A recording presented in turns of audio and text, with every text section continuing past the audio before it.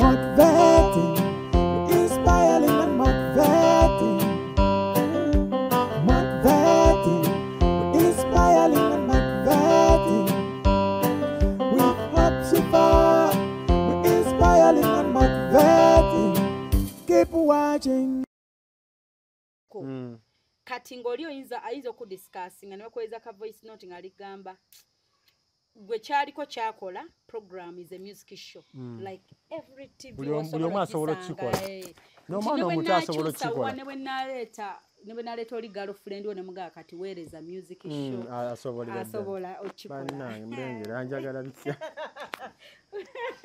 so kati ne bakweza eddoboozi lye ng'agamba kale singa nze yatudde mu sheeyo agamba gwe kyoyiyiza ne mala ntula mu sho shifa gy'akola ekikulu tebaasoma mawulire baafubutuseeri najja abituulemu singa nze akituddemu bannange kyandiyitiridde kyandikutteyo naye ng'ayogera baamulonda gye baamuleeta ne bamugaa tutuuliraawo bamutegeerera what to wear what to talk olumu baba n'obuntu mu matu muno ne bamugaa kati kyusa bambi yogera bw'otyo ovudde ku mulamwa nga bw'olina nga bwe tuli bwetu they tell them what to say mu matu abane producer namugaa say this kati ng'ali ku muntu akeera nze ne ngamba owa kamera ojja kukwata shot bweti ntunulira bweti because ojja kwesanga nga tukolera olina kuba kamera okola directing what you're doing yes. I'm producing myself kyenkola teri agenda kumpa script on what to ask you niyo omuntu nayimirira kati so nze nabisanga but through that criticism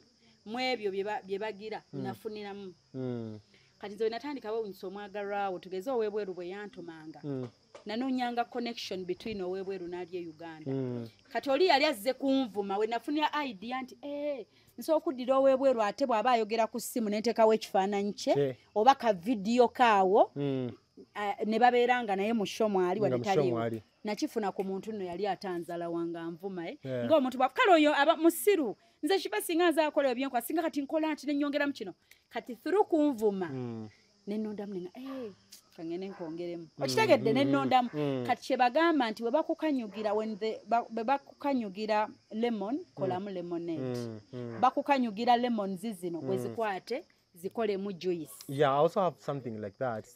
Nti nduli mu kusooka nalinga mmalaga genda bugenzi nze nga nsobola okujjaawo nga nsobola okujjaawo nga bantumye kuggwe nenyigira njagala kujjayo mpaka mu kisenge nga nyingira ne gate z'abantu njagala okuyingira mpaka ddala mu nnyumba so kati walawo live emu yali egenda mu maaso gye bantaginga nengera nenjiraba nga bali kwaliko abakyala abakulukulu nga bali mu kuyomba okufa obufi bali babogera ku nze nvuka ekyo kyakoze n'amala asala busazize ekyo kyakoze bakira trespass okuba mu mateeka tokkirizibwa kusala mu lujja lwa muntu ne bwekibanga kikuba era nze bakubanga nze nanyini family eyo nani badde mugulako omusango gwa trespass katana nakulako kyakola kyonna kitegeza okusala n'oyingira olujja lw'omuntu musango nakyo nekiteeka mu bwongo bwange nanga nti kati oyo nsobola musaako omusango gw'obutemu nze nfumita omwana wange omukyala yagamba nze ku busungu bwe mulinako nsobola okufumita omwana wange akambe neŋŋamba nti yakamufumise kyegera okay kati nakyo nenkiika mu bwongo bwe naye kati nemba nkoze nze nzunga njagala kujja bwebanga nti okukifa njagala kukimana mu kisenge njagala nzija okukima mu kisenge ekyeyo nkulangire nga bakulaba awo kati nakyo nenkiyiga nti nno bwe mba nzize sisukka mu no man's land njogerera awo ku gate nze olinga bwe nsanga gate ngeyo nga nkoko nanyinge nenzija no mu lujja njogere ngondaba nga nkulabako yes kati nakyo kimanyi nti we bakufumitira mu ndeeyo toyina kyoyinza kuwoza because oyingidde bayinza okugamba abadabba self defense bayinza ogatwadde twetaasa nasooka nenkiyiga nenga osooka nonyiga omukazi agamba okumufumita bana bantu nga batemu people so evil naye oluvannyuma noga kituufu kati nafuna ne mukwano gwange bambi yasoma amateeka nampabula era kati buli kyenkola nze kyobola nagambye like everything that I'm doing right now nti nebaza nti ku mulimu kwennyini kwenjigidde byenteekeddwa okukola kati sisobola kukola kintu nga mmenya tteeka buli kyenkola nkikolera mu tteeka naye mba nga njogera n'omuntu njogera naye mu under the law era kyobola nga ntuuka ngamba nti abatusindise batugambye tukugambe bwe tuti ne bwe tuti yes so kati kyembadde ndeeta ekyo nti mu bino bye batuvuma ekyo nga bwe gambye nti they throw you lemons kolamu lemonade so kati mu batuvuma nze nabiyigiramu kyanzimba mu byenkola nakeeranga ninga kati sheeno ekyeza tebaagala ndwe nnyo mu kkubo bwe ndwa mu kkubo kati nkadduse nti kati nze kennyini nagendanga ne trainingira ba edita bange n'abakamera ku ki kyempulira nanyiiganga biruma kuba mfo ky'omuntu okujja n'agamba shifa yongeramu kano ne kano abyogera akuvuma bati gw'omugezi era anaagenda mu maaso kati ye akuvuma of course abasinga akomyawo naye nze mu byanvuma mpiikinzeemu ate ne mu ntalo zino mu tuvuma bitukozesa you create competition mu ggwe nti tajja genda mu maaso eyo tumuwaddeyo wiiki 2 ogamba kanwane bannize wiiki 2 n'omwezi ogujja wendi n'omwaka ogujja kati so through ezo threats bivumo tuyigiramu kati oyinamu ne muno mu blogging and YouTube abamu banyiiga bwe balaba omupyazze balabanga gwe atwala views zaabwe oyo naye azze akoze YouTube ffe tunaakola abakyatulaba lwakwaffe abamu we believe nti nze nyina client wange ne waba yasubscribinga ku YouTube channel 10 ajja yitiranga newanga ndabe but naye musaase tajja laba nze nzekka tulina creating a worker every day nze sisobola servinga ggwanga lyonna buli lunaku abantu baagala olaba ebyenjawulo kati tugeze omuntu atudde n'essimu ye nze ntaddeyo vidiyo emu olunaku ya 1 hour ye ayagala afunye 5 hours ayagala abeeko byalaba kitegeeza nze ajja kulaba ewange aveeyo ayiteko ewa Kenny alabe ki ekiriyo n'ebyoli abasinga tebakimanyi batukyawa ne banyiiga kati gosanzeeyo abo abakukuba ekikono nti bannanga ono yazze views zaffe azitutte ne bakulaba bubi nze waliwo n'omuntu omu waliwo omukyala nga nakateeka YouTube channel yange nali sibimanyi nnyo bya YouTube nga omanyi mwekozeemu ttiimu ne bakyaliibo kati nga simanyi nti bw'oba otaddewo YouTube channel eyo oluteekayo contact zo ng'omuntu asobola okukunoonyezaako n'akufunagira nakyo sikimanyi so waliwo omukyala ali eyo ali London UK one of those yalimu gundi bibiri alina YouTuber gwe yagamba namugamba nti ayina YouTuber gwawa ssente era amuwa ssente so yabadde nga ajja amuwa ssente kati bwera vidiyo yange n'ayagala nnyo kyenkola kati omukyala baagala nnyo kyenkola kati nga talaba wayinza kuyita kukola ki kuntuukako kati n'abaako YouTube omu gwe yabuuza ono omwana omumanyi ko oli nti simumanyi mulaba bulabi gundi kuki ku internet kyokka nga ate omuntu oyo amumanyi bulungi nga amanyi bulungi nnyo y'omu kugabana ogamba bebuuza kati bane enkoze ntya channel yange kubanga ojja kujja onsange ntinda kati ate nvuddeyo ngenze kamokya ndi bukoto njagala kunyambako kati njagala kumanya butya bwenti okudde bwabangambe waliwo gundi nga lunaku abeera yakuwanvuyiza kati wakati awo omukyala n'ajja nga nnoonya ayagala nalina sorry gyenkoze nga nalina omukyala gwe nalumbye nenjatulira nga sorry y'omukyala oyo ddala bye byali bituuse ku famire ye kati naŋŋamba njagala omwana oyo munoonyeze njagala muwayo $10 kati namugamba simumanyi simulabanga nakonaga tosafuna namba ye simanyi nja kukubira ncha nabiranga yetoloza omukyala paka omukyala bwe yakola ki bwe yabivaako so kati omukyala bwe yava ku YouTube najja ndoza ku TikTok abascrollinga nagwa ku account yange najjirawo mu kabokisi kange nansaba enamba nenje mu tujja ku WhatsApp nagamba nabuuza gundi nangamba takumanyi nga mumanyi okufa nengamba era nangamba anyway nze saya nakubeera namukwano ko just wansanyusa busanyusa njagala kukuba zino ssente era olwo yazimpa netutakomyonge neyanza olwokuba awulidde nti olyagambye ayagala kumpayo $10 nawulira ng'afiirawo wakiri ffenna tukifiirwa kubanga tebagenda kitegeera sinakindi era ne bwe yandigambye munempadde enamba yo mpaaka ekyetaano wandimuwadde era sandiganye naye alabika bambi yanalikyajagenda kuba ati omukazi yakifula nga kyatteeka buli mwezi ampeereza $2 yanganze nkwagala bwagazi ng'omuntu lwaki ofa nnyo ku bino ne bikutiisa security wise bitiisa but mu bino ebigambo like lwaki batutunuulira abantu abo era kyekimu ku kimpa obuvumu naye kyomanya n'ebigambo biri byebagamba abantu bikuyingira mu bwongo era nabyo owulira nga birina engeri ebikutte paati when I saw what you're doing ndi musomi wa comment I went through comments. Nengamba bimwe bibaamu, of course, namanyirawo kye bajja okugamba. And I first watched your video ku account ya muntu mulala nga yagitadde nga ono yekeni gwe mmanyi.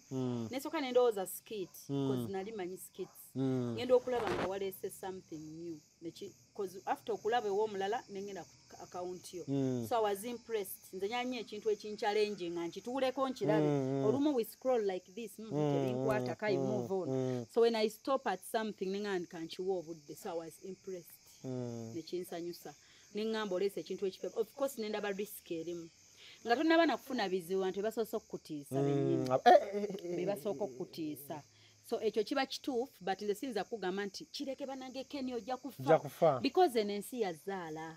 Kyeninza okugamba. Tunakyogenda kuyingiramu nga kyangu. Enensi yazaala. N'abasawo bennyini bakaaba. Baddokita. Ne bw'ogamba ogenda okola bizinesi yessaba obudde. Nayo ogenda sangayo naye ina challenges.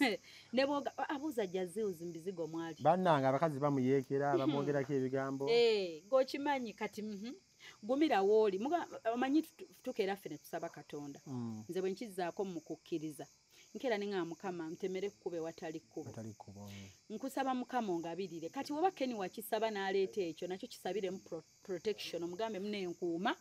Gwe kino kyowampa ate muneekyo wannonderawo nkole ebisinga tetumanyi. Buli omu alina by the way. Why in all things kino kye kubanyala okukola byonna. Ate nkutunuulidde engeri gy'okikola because njagadde okulaba live. Can you really kutuuka awantu n'oweekaza? Bw'oba okikola weerabira n'ensonyi n'ozizza ebbali n'okutya like you n'okakwata you feel olina that confidence in you noga mwegundi like oba olina buli budde ekigambo kyozzaako. Nagenda njiyigira mpola kuli naye nage mu kusooka natyanga lwatuka ne DP wange eyasooka nga nsooka olindeko abo bayitewo sooka olindeko yagende kale ng'oba oyagala oyogere nga lw'abantu bati nitini Kampala Polytechnic Mengo eyita abantu bonna abagala okusoma course ku ddala lya National Certificate, National Diploma ne Higher Diploma nti okwewandisa kugenda mu maaso mu courses nga Civil, Electrical, Mechanical ne Water Engineering, Architecture, Electrical Installation, Auto Mechanics, Plumbing ne ICT, Catering, Refrigeration, Cosmetology, Hairdressing, Fashion ne Design nti eri abamaze Senior 6 nga bagala Diploma, abamaze Senior 4 ne Primary 7 nga bagala Certificate mutukyalire leero ku Kabaka Njagala Road okuliraana olubiri lwa Kabaka kumpi ne Olcom Petrol Station oba tukubire ku 0-4-2-26-7-3 Kampala Polytechnic Mengo Beyond Limits. Kasada kalungi we kajiranga onangamba segeza bano ala kati oba wa nakiraba mu comments zonna nga abasinga bakusaba mpa ku namba nze nkufuna wanze nkufuna wagundi ne manya nti it's going to work kigenda kukolera ddala but munsi jjukira enamba y'abatakwagala era ye namba y'abanjagala. So leero bwe nfuna njagala omupya tugeze we upload videos every day nekino kijjukira YouTube buli lunaku oteeka video empya buli video ereeta fan ate buli video ereeta hater. Kozi nze omuntu agenda nanga gwe sikwagala shifa ne mugamba yagala kabalala nange saatondebwa kwagalwa buli omu. Sinze kali ali ku YouTube. Yagala nze kati omuntu abamanyi kikuluma mbolo okuba gambe takwagala. But naawe nkyawaako nange siba nnomo okubanga buli lwaki obanga buli omwa nze mbeerawo nga mwezi gugudde wali sifunye eyanvu makodala nnomo kiba tekikola kyayi kaffe katandise kati alaba ebirungo kati olaba kati oba restaurant ng'ofumba kacyayi kano akawoowo kano buli muntu agamba tugende ewagundi tugamba kacyayi ate abantu abisenga kye basinga okukola entangawuzeeyo omujaaji ogwo gwe gulina osembayo mu birungo nsonga nti gunoga nnyo ate bwe gunoga ennyo gukaawa ate bagaye beegendereza omujaaja gwerabiza nze nyina wiiki mwe nanywera omujaaja bantuma surprise wano ku express ekajjansi nvuga abaana baŋŋamba enjala etuluma konza obunyama mujja bulya wali ebbombo katutuuke wali we batunda obunyama navuga mpaka bombo era nentuuka n'empaakinga etufuna obunyama kati kira nti yankubiranga sikwata ŋŋamba oyo mumuleke kira nti agenda kuyomba ndireeti sinnatuuka kamukwate nga ntuuse we tuliira obunyama nywe ne ku mazzi mugambe ntuuse kati nga mukubira mugamba mukwano tuli bombo wane wali obunyama tuweta wana nga ashife bombo ani yakutumyeyo nakugambye wano okugundi ekajjansi wane lidda ku express awo mukwano nga tulina ogivuga tugijje ekyo bwe kyaggwa waliwo omulala yaŋŋamba shifa mugenda kukola surprise ku Aquarius ngabera kingamba Aquarius nenze ngobudde obwongo bungamba golden tulip navuga nzira ku golden tulip. Yes, in fact abana nakola emutundwe twali wa Jeno Kayanja twalinayo surprise olwavayo ne bagamba bwe bangamba abana obudde buyise ne batemufaayo tugenda ku golden tulip wali kumugenda yeri kwa Aquarius like incident zabeerawo nnyingi nenga nnyo omujaja buli lunaku Google Grace Kane yagutusimbira yajja natufumbira mu show tugenda namukomyawo by the way yajja natufumbira nasimba omujaja ogwo ne gukula nange nga mwesenye wali kabake yatukolako bana nalabyewo nnyo kuba naye yatusuubiza okudda era abantu babanja dda n'eddumuna yatunyumiza kabaka yatugamba nti ddumuna ayina obutiiti businga engoye obutiiti bujjo singa mukiwato wabutimba bwoti nga bwotimba engoye modrop wasingawo obutiiti kati twamugamba lwanafumbadde naye atubuulire ne batugamba bajja kudda batubuulire I think alaka chai waffe kati ali ready atandika okuwulira awo abategekera ebikopo bisembe kati sokateeka mu flaska tugenda siika popcorn waffe akasepiki ka popcorn obuwulidde like chai ayina the other natural feel eya chai kati teeka muno teeraamukko bambi nyamba oteekereko mu flaska tusiike amajani ate gagendeko ku bikopo amajani kishamu nnyo gateeka mu gundi kuba buli omu tomanya it's okay kicho Shakulu aliwa tugenda why going for a movie mugambe tugende naawe mugenda kulaba movie kwa Rena gundi ene ya gundi 3D movie ogenda ne mukalakasi that's nice there's more by the outing ezinyumira going for a movie nentekako bwent mbanga ali wali ajizanya kuba nkube enduru so birungi ebyo by the way so noberako eyo tebajja kulaba ku eyo tebannayo wabayenzikiza I've never watched from Arena I always watch from Entebbe wali ku Victoria Mall oba ku Acacia nungize kuva ndaga nnyo mu fegeno twatugenda kulaba era eri ku Victoria njagala nnyo nze movie kinjulu ekisinga kati okunnyumira so kati Ken weerabawa mu myaka ng'ebiri mu maaso where do you see yourself?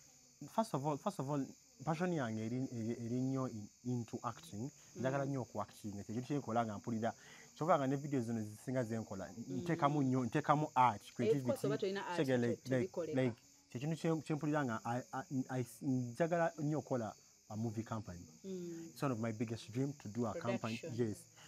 Ewe abaana abavubuka abato emirimu because tukola betuka basonga tetwaweebwa opportunities ku expressing biki betulina wasanga singa twaweebwa emikisa mu ba directors oba ba producers ba movies abalungi mu Uganda wasanga singa tukola ne tukola singa tuli atomanyi n'okuwandiika yes so my ekyoto kyange nerabanga bali baagala okulya oyinnyonnyola esapiki ekaze n'ebyamagezi byogera twagula bagamba esepiki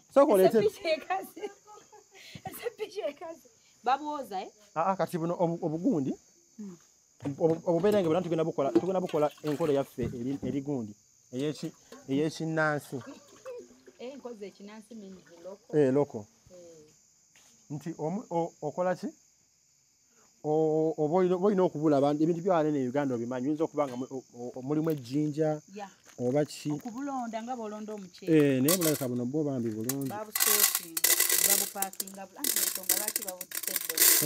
buno bambi bwo si bwe buli obwa mama Mmeega obulamu bwange bwonna ne bwe mbandi omuceere ne mpulira ejjinja wenkoma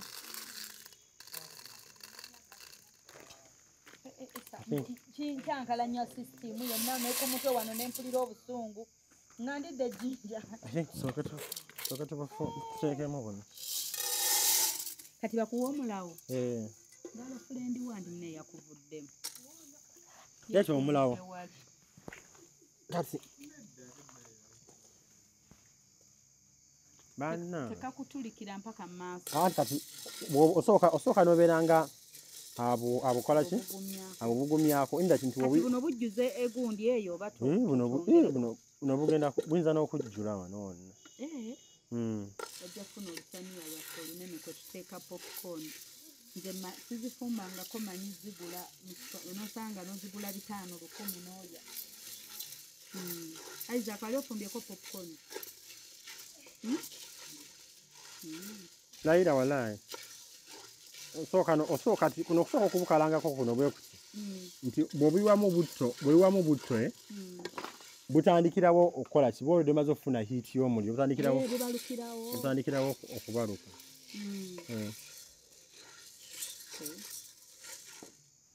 So wano tunyumya ne tunyumirwa nga bwe tuyiga naye nga kambajjukize nti Hypex Studios ku lw'ebifaananyi ebirungi Basham Events abo nno abaana obalaba kabajje boogereko eri abantu Sham jangu nga bwe tuyiwamu gundi baana bakozi nnyo boolaba abo omanyi nze mpa obudde omuntu alina kyakedde n'acreatinga era bwe mba wetuulira awo oyagala kwesimba ku boyfriend bannaye kyaka tugenda kwewasa nno. So omuntu yenna alina kyakedde n'ateekawo nendaba nga kiina kyekigattako kuba kati ye bw'omusitula naye agenda situla abalala kuba agendawo abaana abalala emirimu alina up to 40 people era woba weetaaga ba ushers alina abaana abawala n'abalenzi kayeyogerere kwata mukola ki? Tukola ushering ku mikolo tuyambako oba olina emirimu ewaka naye nga twagala mmenyeka nga Christmas. Laira walayi. Mbandi njagala bampeereza oli. Nja mukuweereza ninayo n'abalala bangi buli naku bakyusizangamu. Kati olumu nsoleetayo omulala luddako nzijja n'ababiri ate abaana bonna bamanyi ekyokukola ate mumanyi emirimu gibuze. Abaana banneebaza nga tukoze wano n'agamba Shamu weebale. N'eri gye mwankolera ku mbaga mwasanyuka? Twasanyuka twali basanyufu era Gadi paka ne kati atugamba banaye mwebale. Yabalaba akawunti yammwe. Yatulaba kale munaye tubeereeyo tulina ushering tuweerezere gye twamanyira Hope Shifa yatuyita kati tukwatagana naye kati waka wano ne waba alina ebimu stressing oba mirimu kitusobola okujja ffe ne tumuyamba nafuna engeri gy'atulabamu. So kati gwe basically omuntu waba alina emirimu bano banjagala kukolerako mirimu gy'awaka simanyi sirina nako waba maid bannange nze okusuza ntwalire omusajja. Abo abaana tubalina. Najja nakolerayo olunaku. N'agenda. Nakolerako n'agenda ne tukiliininga then twasookera mu mikolo. Emikolo egyo tetukoma ku esho ushering tukola zi mobilization z'emikolo ne coordination oyinza okuba olina omukolo nga gukutuddemu oli busy ate gwalina osaba abantu ssente oyagala bakusondere ffe tusuulemu tubakubira amasimu tubalemerako tubeesibako tukola buli kimu oba kubaziniramu ne tubaziniramu bwe tukosinga omuntu n'aleeta ssente zo era obwo abantu mbasinga otumanyira ne tuyoka ate tutandika kino eky'emirimu kale byeyo nange nkusuubiza nja kuwa akalango bannaye nga neeyanziza nnyo nja bawa akalango nange nga tweyanziza Basham Events and ushers kati tuba tunoonya kifa yakututuusa buteefu woba omulina oba onnina. So abaana abo bayiye ekintu tebalina kye bagoba. Bwe lunaku lukulu hostings abantu bobimanyi tukola buno bannange olwo butandise.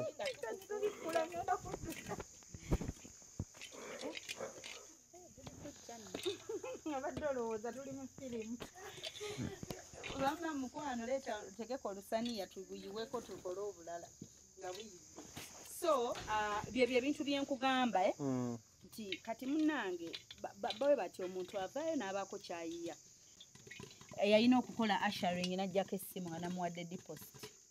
Kati nagenda bugenzi ku internet ne ŋŋamba ushers in Uganda nga babandeetera.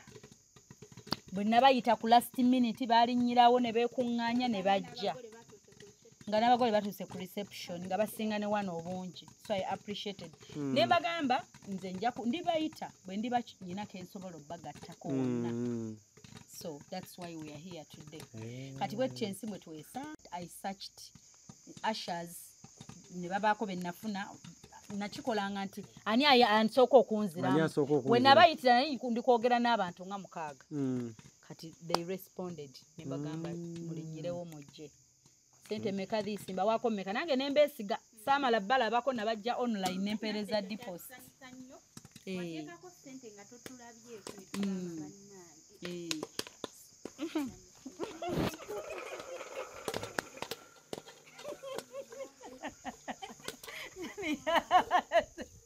obuntu sina gamba lukira magulu mukwano ntuke wano okwesala akagoye ngalo wakyala temusigala muyadde akala tekate bukyabaluka kanveeyo ate obulaka tumala nokutumala tubalula obulala ngwenga buwera nze yadaga tuguze bwa 15 tulina olusaniyo olulala leeta olunene n'ebibbo n'ekibbo waliwo ekibbo kyebampa ku baasida awo ng'oyambuka amadaala nakyo kireete ojja kiraba ng'oyambuka amadaala oba mameno ke yakimpa leeta ne buno bugwewo kyokka oba olabanga obutono katono ne bateeramu omunnyo kati awo oba olina ozitekako ki omunnyo nga tebunnaba kuwola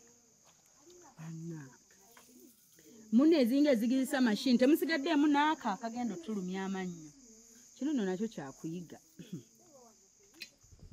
muyize nange mbuyize buno nyumirwa wamma ng'oli wano ewaka webanga eyetutte mu muvi n'obaluse emberengezo notekako firimu yo ku Netflix n'ofumba wali kakyayiko akakalu kugambe jjajjaffe yagambe bimala ennugu ku mutima era nga jjajja yami omusajja waba yayenze tuluse ebiberenge byo sajja yayenze ebintu ebyo bimala ennugu ku mutima kakyayi kali wanyize n'omusajja genda mu gundi ogula ebirungo byo deeka tulise ekiberenge kyo ennugu egenda ekendera ku mutima mpola ogenda omawuli osiika ebiberenge byo nga wabivudde nako obwadde oggulawo na bulungi omanyi kisi kyonyi kulaga musajja nti gyeyakoze kikunyizizza tebabyagalira ddala kati gwe tuluse ebiberenge byakusanga ku muvi ng'oli awo wekka olaba wekka mebagayi bannange otagenda kuyomba bannaye fe wano munnange tubawo ekikolo n'eddagala musomera bwereere ayize wamma kwata osinapinge wano obuberenga obulage bashamu obateekemu n'ekibbo kino kirage bakimpa ku birthday Keni yasoose okukikozesa ate abantu nno bazibu bampa ekibbo omutunaga kati bakuwadde ekibbo ogenda kikozesa ki now what is this tonakuyibwamu emberenge zaffe tugende ku movie so era nze bulwembeera nga ndi kind of stressed nga nina ebintu eby'enyinze mu bulamu seera nga kintu gyange kyeyaŋŋamba nywa kacaayi tulise ebiberenge ogenda okubimaliza nga bikakkanya ennugu yosegera bino gye bikumala ennugu ku mutima oli okola ekyo kyowulya kyoyagala olina nga ennugu gyekuggwa ku mutima ati nze kino kyekinzija ennugu ku mutima naye okubimaliza okuprocess okubusiga okutulisa koona ntangawuzi kola biki nga wabivudde nga wakakkanye dda nga butulika so ebintu ebimu nabyo byetaagisa libanga ddagala naye nga totamanyi nti nno ddagala yes so kati Keni bantu kyabo abali mu bulamu obwo wano bwewandyagadde ogire obatumireko bakooneko beebaze siina bantu bangi nnyo nze nga bwe nagambye I think omanyi buli lwobeera disappointed nnyo nze mama ffe tuzaala abaana babiri nze na sister wange so ate sister wange olabadeko ne sister wange nga ate si mukwano gwange ng'ekitugata kikimu tuli baaluganda tuba twakatuba ndakiika nga 3 nga buli omu yesojjezadde muno tutuba kulu naye gwe okola bwoti like we're not friends naye ng'ekitugata nti tuli baaluganda era eva tubeera babeera mukusika mugwana munne so ate ne mama waffe ye mukyala yatukuza nga omanyi omukyala yeekuliza abaana be nti yatulaga nnyo obukambwe mu buto nga tukula but I think kyekituyambye ndowooza oba okusobola okukula kati nga gwe olowooza nti omuzaala alabika takola ki takwagala bambi olwokubanga alina engeri gyatukuzaamu yekinnamagye mukyalo kiseeragamba era oluvannyuma natuuka mu bukulu ng'ogamba oba amawanga alabika oba tanjagala naye maze kukula ne nkiraba nti omwana bw'otamukwasa mukono gwo gw'amaanyi tosobola kumuggyamu so nze nkuze nnyo nga njagala nnyo bwe nfuna omuntu nga mukwano adaga nti mukwano gwange nga mwesibako nnyo kitegeera mubeere kumpi gambe andaze omukwano aga neggwe ono gayi ng'egyanjagalamu bannaye sigitegeera naye nga bw'ofuna omuntu agamba nti anjagala mba mpulira mbeere nga mwagala gyenyo ate yamaliza nga they have disappointed me in life so kati nembera nga atandise okubanga ntandika okutya abantu nze nganze but I have my friend omukwano gwange nkugambye Jazel ye kati yomu ku mukwano gwange mwabo yes omuwulira nti family yes n'omukwano gwange bamuyita Shakul Mayanja omukwano gwe ngambe yoli gongambye yatandika nangamba gwekeni ngamba nekintu kyenkola wamulaga va kukwesiba ku bantu kula ekintu kyogwenga olina ekintu kyoli gwe kyotemanyi wabiyanga ng'ogamba muntu mulanti ngukola botanage keni va mwebyo lekera yiya bibyo wandikira ebintu lwaki oyiyiza abalala ng'alina kyandaba munze kyesikola ki kyesiraba up to now era yagamba kati na account ezzeemu kemabega like tokyali active nnyo kati nangamba kati okoze nnyo obulango olanze nnyo business z'abantu like jja kumulamwa like tolanga nnyo account like ambeerako bwati be bantu beso otumirako abo wabawo abantu nga ye ayagala kulaba nga oshininga yes I want you can be better so okusingako awo okitegeera so those are meso gamati meso otumirako yes bayine tafali bakutadde dene nyenyenyenyenyo mu bulamu bwange era ngamba nti wemba nnyumya terasobola kubula mu mboozi yange nga njogera yes okay that's nice so kati abantu abali eyo ng'omwana ali eyo alina kyayagala otandika naye ng'atidde tandika kyonokola enkya kitandike kati kuba nina ebintu byengamba I wish kino ekintu nakitandika a bit earlier nti nekkiririzaamu nga bukyali manyi self esteem bulwadde abantu tebakimanyi bulwadde ate obubi ennyo sisobola naawe nze kati gwe kakole bwoti gwegenda wali okakole solaba kiba kyanguwa nga ideas ozina nze ndi muwandiisi mulungi nnyo mu kuwandika emizanyo naye nga ngamba era nga nemba mpandiika I don't put myself in like kati gwezanya bwoti nawe okola bwoti mba mpitamu buyisi okitegera ngamba njagala kubeera eno emabega which was very bad self esteem I don't believe in myself but never zona kuna kama chane kubanga makeni you can do this so chikola yes so kuva ko olubulama tebudanga mabega so self esteem mu byokola kyono okola encha chikole kati kozi tomanya ncha mukama ayinza kutakuwa mukisa gwa kubiri kola kiwandikoze nebera ngo gamba ati kale uno lero buzibe tugenda kwebaka olunaku lulala okitegeera so nakyo kirwadde ate abantu bannyo bakina nenga tamanyi nti akina nga gogamba nti nze nina ensonyi kumbe self esteem ekintu ekikugira nekuba kwogera nga muli mu bantu nolira nga okikigamba gwe toyogera that is self esteem gwe toyogera tosaanidde leka bali bongere tebajja kuwuliriza no that's very bad yanje kigeza nnyo abantu esinga abantu buli oyogera ekintu ekikulu ku mutima olina engeri gy'okkakana tovanga nti nga tonaba kuyita nze keni kugamba muntu oyo akumanyidde mugambe mukwano tojja kummanyira nero ddagala omuntu tekisinga kuluma nga bulumi bwako mutima nze oyogera n'omuntu ng'ekyo tebakimukola emyaka 10 mabega naye nga lwaki so nyongero bajjukiza lwaki sibawo ate bafotographer abakabi nemba wa connection nga sinava wano babayise Hypex Studios obasanga awo najja nankumbi ni ya Cobbins Motel Busabala Road ye enamba zaabwe ez'essimu basange ku +256 754 19 24 34 obo basange ku +256 789 34 38 02 for editing video editing and shooting covering all functions like wedding, birthday parties, introduction, corporate parties, etc, meeting, conferences zonna bazikola nobo ina gwenga just ina meetings zokola nengo yagala zibere covered bobo ina housewarming oyingira nyumba yo byonna babikolako mikwano bekwate babayise Hypex Studio akaba n'okukaba ng'ule mukazi akuweza nagamba mu myaka 10 nemabega nazala ngolaba amaziga gamuyita munenge kintu nga kintu kyadda naye nga akikumidde ku mutima kati obwo bulwadde butta n'okutta osobola n'okufa baba nyabono kati nabwo bubi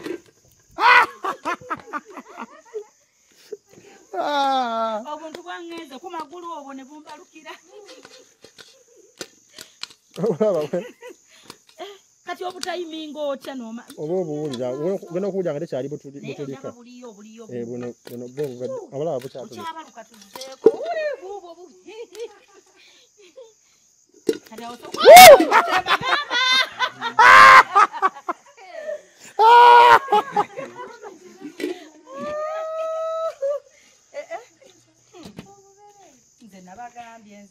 nabo bugero waliwo wembafumba nenjiwamu buto nenziruka n'olinnya akatebe nziruka misinde ekibbo mukirabi basidde gift ndayira wallahi bannaye yebale oli omukyala mama enoka mama enoka ye yampa ekibbo kino bambi kati nga abaana breakfast togimaze kumyezi nga famire yonna yeyagala bwe tugenze mu katale ogumu ekitundu tugumazeewo nga mutwalo bakasa kuliko escort ne kacaayi kaffe okitegeera bannange kweni mbozi yennyumidde ate zaamu amaanyi so keni abagambye omwana ali eyo tandika kyonookola enkya kikole kati kyoyina start now obulabe teri bwonna buweddewo si ebyombo ate siina mannyo tebwabaluse sigiri tugimaze baswiti breakfast eba eyidde mu dakiika 2 dakiika 2 akuba nti tukikoze inagundi kati kikulaga nti buli omu osobola kuba jjoffe yafumbiranga na ku kyoto ate ye nga ne kabuto ateekamu ttondo kati abakekkereza buto nga sookosa buto ow'ebitaano n'asiika ekisero bannaye kati mbootidde kati singa abadde musajja singa tomututte bannaye nno naye muwala gwe ate abatayokya bwaba musajja yandimututte kuba abayokyamusajja ye abatayokya abamukaka akwokya omaze mutuusa gy'omutwala ne batandika mutabani wa Falaawo mutuusa omuwulire bafuukira ba so our popcorns are ready just kulya buli kati nice ntusaddeko munyo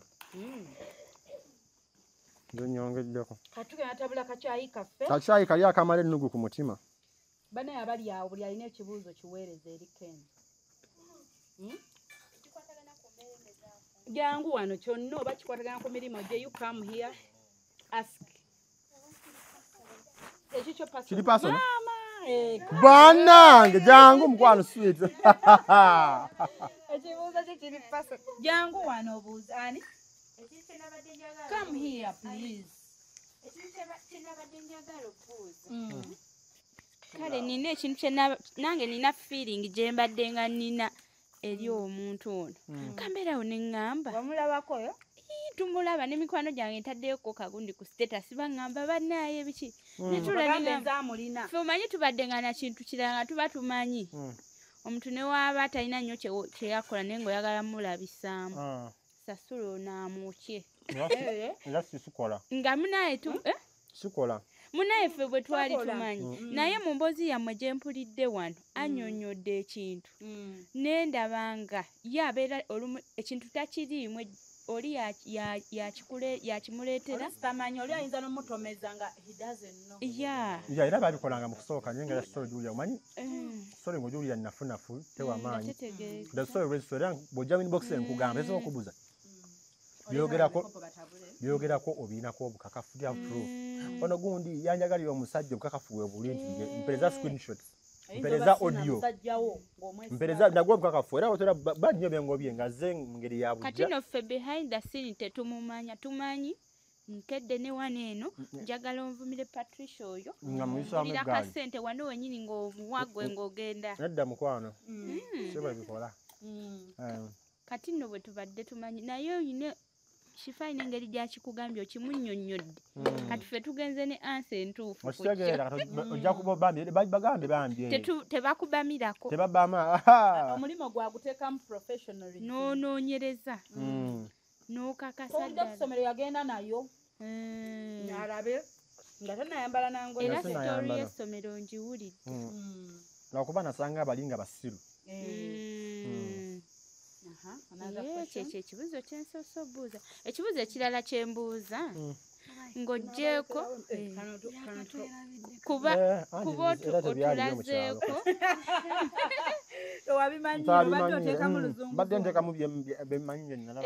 ekibuuzo ekirala kyembuuza ofumbye bulungi popcorn ne kacaayi ng'olagaye olinamuko oyo ati wofumba n'ebirala obimanyi oba n'ekigere namanyi okufumba ekigere manya okufumba omunyige etooke n'oliteka mu lulagala n'olisiba n'ekyayi muwumbo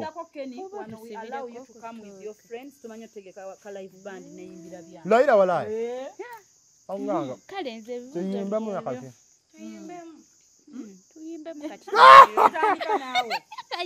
eddoboozi nze mmanyi kuzinako ka vibe awo naye ebintu by'okuyimba ntasobolerako ddala mukazi omuyimbi wuuyo owakyayi banaye obulankanya ebikopo sikitegeera bana onomuwala mulamu akigwoliko bana ebintu amatabula kashayi buli omu alina sukaali we gwanya bamwogere nze mpati ekinene bambi ekikopo the bigger Patricia agambye alina ekiri personal Patricia bannange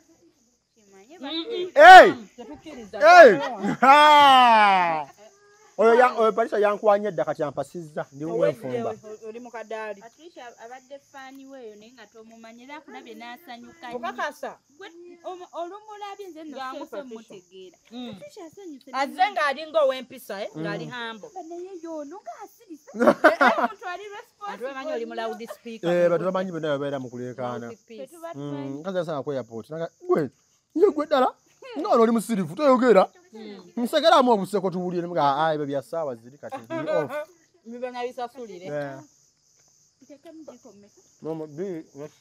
Patricia buuza kwata buuza ekibuuzo just omukwano gukutta mbuuza oba ndi mufumbo bannange I know is it a single buuza is he single or taken bana ndi mufumbo ate mukazi wange bambi bano beeringule bakambe bafunye biri kitundu bannange nakulira lugazi mu bikajjo wangi Patricia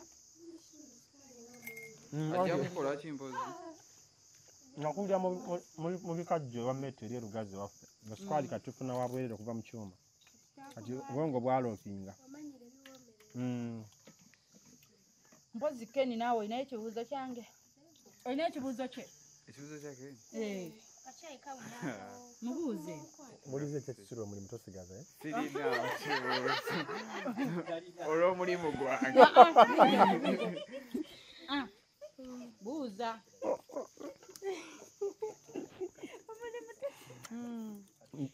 ntaddeyo positi enoonya kati diopyo nze Ken kyenyinza omubuuza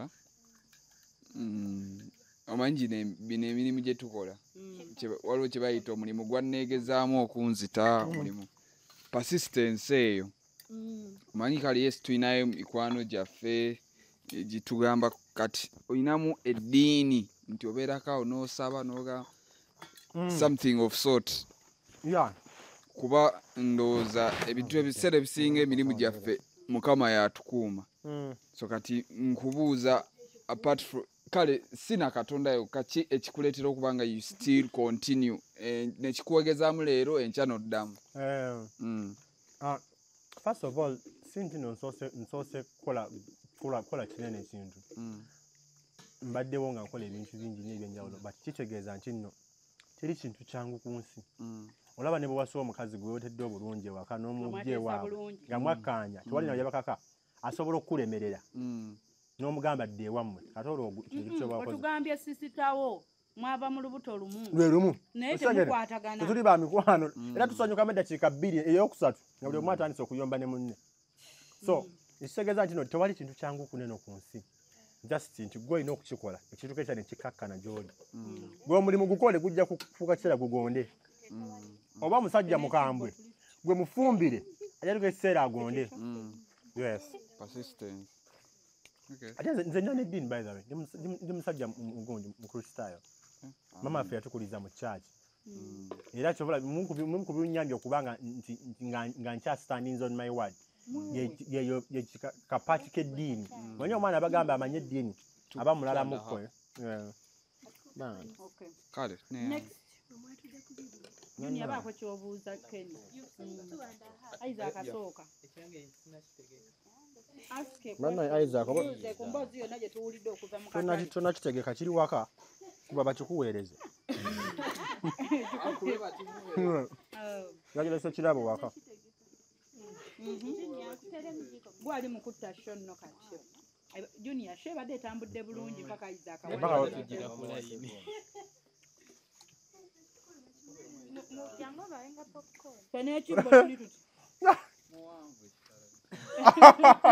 Kakanya muko watu. Mwina utini. Bani zisade mneza sanya nezita itamu mpewo. Zibatagenda kulya. Nebyo bimanyi bannaye. Tusashudde. Mutagenda lya munazi parkinga ne mugenda nali. Bajoy. Bagenda muweereza mu nnyumba. Nze kyembuuza like woba okola omulimu gwo ofunamuko ku nsonyi oba like okola bukozi. Ensonyi like what do you mean? Like n'otyamu n'ogamba. Nemfuna gwentya. Enze nabagamba mu Uganda nti abantu basatu bokka besobola okukolera n'oba mpadde ssente meka. Tonsindika Mmengo ndi Muganda. Sigenda Magere. Sigenda mu State House. Para basigadde bona kina gwensira ku luso wadde n'ogu. Ata kama nani. Nanze mikono gyange njigamba nze ku business sizigata mikono mu business bwe kijanga taniyo. Nkulisa mega nyama ne nkwetondera. Yes. Eno business nga balabe bagamba tozanyina mu toto gacha mukwano mu business nange business sigata mu mukwano. Sina gwensira ku luso abantu kujja ka abantu bameka basatu. Abo bone obo mpaka wumbi sigenda. Nze wamuseveni ntwala surprise bali bana bali gitegeka. Nira mu surprising. Kye baagala bansasudde kale batajagala njikole mu nsasule ntitogendayo. Oyina okugenda. Nje bansasudde ssente nga mu balala ba boyfriend baabwe. Ina budde yajjala balwengenze. Abeerako nno bambi atulaba. Bagamba mbwanda jampisa nadda. You have to act surprise. Uncle Junior ekibuuzo kimwotya. Muwe.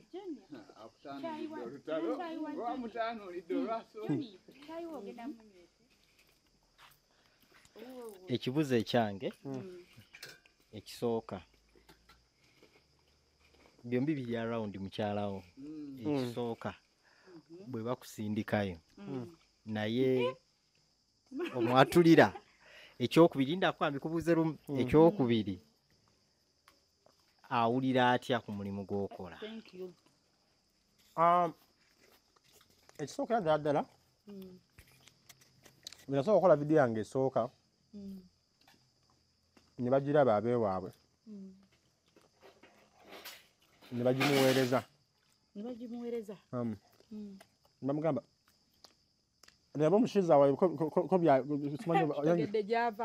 leba omushiza wawe ali omutuswaza waswala dda ne ku buko mu b'eŋŋanda n'emikwano ne ku buko mba ndi awo n'agimpeereza esooka ddala mukyala wange she's my biggest fan ye muntu asinga okwagalira ebintu byenkola era akugamba naye wangamba ogenze eggulu nenge vidiyo eggulu sinnagiraba tonnagiteekayo. Owokubiri omuntu yandibadde okubeera ddala omuzibu mu kyenkola ye maama wange era ye nakakasa nti essimu gyalina eya smart nagitta nemuzza ku mapeesa nakumala kuleka nga njisse nadda ku mapeesa. Kati watte essimu ye towandigisse wandigyemu TikTok. Era abantu bazibu era oli ava emitala Maria n'ava gy'avudde nga gyaleka vidiyo ku gaali kamwokya kaleetera maama wange naye ndi awo nga bakamulaze era oli ne mubuuzaani nabe ku kojjaawo muwonge abeera mayiro 8 naye yavuga okuva eri gy'avudde aleetere n'omukadde olugambo era oyo yanyiiza naye nja kumuyisaamu eggaali limu. Abakulumirirwa. So kati ye mukyala wange she's my biggest fan. Era ye muntu era abeera ku video zange ekiro n'alaba emu kwemu n'afeeseko omufinga bwaseka. Nagalaba omulalu wange. Era nagamba wali yambuza kati gwe oyina abaana oyina omukyala gwe tanza kubanga na mufumbo eyo ku byakola ebyo. Ndi mufumbo nina n'abaana. Era ne kusomera abaana bange basomera baga banne mukwate bulungi abaana boyo banne kubanga twekyangirako. Nkuzemu bulungi Junior. Oyina ekibuuzo oba mukazi wo bamutumye mwatulira owuwo ennyini. Takala ate ekituuka kukoyo. Banyinze ssente tuli balongo tusi. Kuba naye abazaagala. Tuli balongo tusi. Era be malo gimuyisaamu. Nomano mugamba. Ne mugamba sorry baby. Ntwako awo. Botanga ebakugambye omwatulira bituufu Kenny. Yeah. Bateri bya sole mukwano. Nzira sikola nga si bituufu. Mbobanga mbozo zimanyi za Nga biruma bya kumwoyo. Era bwe mugamba ate bali bembega bosi bana babantu. Ye ali special nnyo. Bote bo mugamba. Guma mukwano kati malono nyama tagaddira. Kati akasimbike ko kongezaamu ko oba kabaka Kalina kuba time zitu. Oba we Ozegera. Mane kute ku mutima. Another question. Yandibadde gwe naye ndowooza by'obuuziza. Kati Kenny olina ebibuuzo byange. Bingi hapa na atajja. Bingi. Olina ebyange. Mulimu ky'omutuufu gw'okola. When you okukinyonnyola. Bwe mba nennyonnyolako ku byenkola in details. Nkola program nsomagarawo surprise your loved one. Tukola surprises eri abantu bonna. Gwe golowoozaako ng'ogamba nti emunengo omutono gyamusiima. Lwakuba nange abamu baagaliddengamu okwatulira abantu nga takugambye. Akutuma nti twalira boyfriend wange surprise naye njagala nteebe oba yenze. Kati gw'ogenda tomanyi nti boyfriend alina abakazi 8. Kati boyfriend n'aba confused Rita Namusisi na Nancy. Kati obuzibu we bujjira. Naye noona antumya alabika abayagala kema. Kubatekako emphasis tomuwa birabo nga tanteebye. Tanteebye nti nzigonde. Awo challenge we zijjira. Kati nyine yantumako ewa stepmother wena nga nja kwetondera oba yali stepmother oba ssenga nja kwetondera ssenga wange. Kumbe ewa ssenga gyantuma yayagalira ssenga omusajja. Antumye netondera ssenga. Kale nga ayangamba mu surprising. Kumbe ssenga okwogera erinnya liri mu lujja wali nga ssenga ge erinnya kisiraani ekyo so kati bwezi kyentalo bwe zijja nga totegedde nti abantu bakutomeza takubuulira. So katwina n'omulala eyatwetolooza surprise twagikola Dubai awo twetoloola Dubai Mall yonna. Dubai Mall is like kyalo village. Mantinde mulamba. Kinene atwetolooza omusajja agamba mbalengera naye sijja balaba omuwala yali mu kiyumba. Kati bana abasajja abakwana abawala online. Omanyi abo abawala bagenda ne babakwana. N'akyeteekamu nti ye mukyala. Meeting z'embaga n'azikola mu bwongo bwe. N'ayambala ne gawuni mu bwongo bwe. Abamu ne divorce nebeerawo nga tebeerabye. Kati ye muneebwe omusajja bwe yamugambako bino ebya online. Ye n'amanya emikolo giwedde ndi mulaavu. Ndi mufumbo kati. Nze mukyala. Kati atutuma tu surprising omusajja e Dubai. Kwegamba omusajja n'atwetolooza bizibu kati webite ebizibu we bijja nga tetumanyi. Bingi cause nkuze ne sheeyo ngitandise ndi muto nnyo ddala. Then ekirala kyenkola nga bw'omanyi nti always a creator era obeera creator nti ever obeera ahead. So ntunuulidde talk shows nyingi nga ningamba okay I have friends kati nga Ken is my friend. Naye nga nandyagadde tunyumyeko koze ebibuuzo byonna bye mubuuza mbadde nabyo mu mutwe oba ebimu bibadde mu bantu. Through your comments by the way mwenzije ebibuuzo abantu balina answers eziri ebintu bingi ebitali answered. So kati I sat down nengamba baserebu bano nsobola okulaba TV ku TV n'enkyusa TV ku TV. Ebiseera ebisinga bye bakyaza serebu mba mmanyi byagenda okukola ku program. Mba mmanyi bye bagenda n'omubuuza but ne byaddamu mbimanyi kuba nnabirabye buli wamu. Kati bwe natunula nengamba a talk show matulinza okuleeta kati omwana wuli agambye nti ate takusuubira kuba mukkakkamu mbu n'otuula wano ne tuli emberenge bamanyi oli awo bannanga weegundi nakiyaleeta. So kati ate ne tukikola in a way nenjagala tulabe ku bintu nze nkitwala nti Ken gy'obeera kacyayi basooka kufumbira nga tokafumbye. Kati tubaddeko ne Naalongo Kitone ye agamba emyaka gye mmaze nga siwaata ttooke emyaka gye mmaze nga sifumba. So kati nalowooza nti abantu bano nammwe mukimiisinga. Mumiisingo omanyi wali abantu abali eyo nga ye Eva chai amunywa mu restaurant with strangers nga banywa nabo chai tabamanyi but wano ofiringa embera ya family that's why mutufumbira chai ojjukidde ebyajjajja yes otwedde story ya jjajja because when you feel oli family nzira buli lwensanga abantu awali chai kyesooka okujjukira ejjajja wange tunyumya emboozi zaffe nga tuli bakakkamu teri atugoba in a quiet environment like Eva baba mbidongo mu biwogana Ken omaze banga kino tugenda mu katale aje natenga nagenda mu katale nze nalinga manyoka ya bageninga ninyanya nyongeza nkola nti akati tukesanga ndo kyasobola nga baba badesa zoro kumwa omwana akwawuddeko enaguma nekyo kyalese mulongo yali anonyayo ku musajja wa munne teragwa awo bagongeshoja ulire yasinga okunsesa mvuddeyo kiki kyolifa towerabidde tukolera abantu kenikolera abantu keniyogera ekintu pa kikubewo kye nali nkozeekwe ekintu ekyo kyoswalirwa like that thing you are ashamed of era kirange kyembadde ngamba so banga oba yakikola oba planning okikola oba kimuli nagamba bane obanga wakikola nogamba Keni nze akoze kino tukolera abantu Keni mugamba katina wange mpovu ekikubewo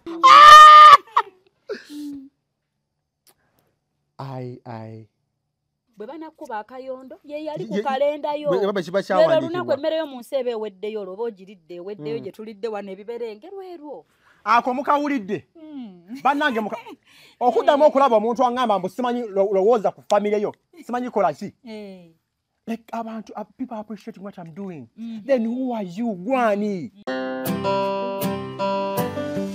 motivating inspiring and motivating inspiring and motivating with Hot Shifa we're inspiring and motivating keep watching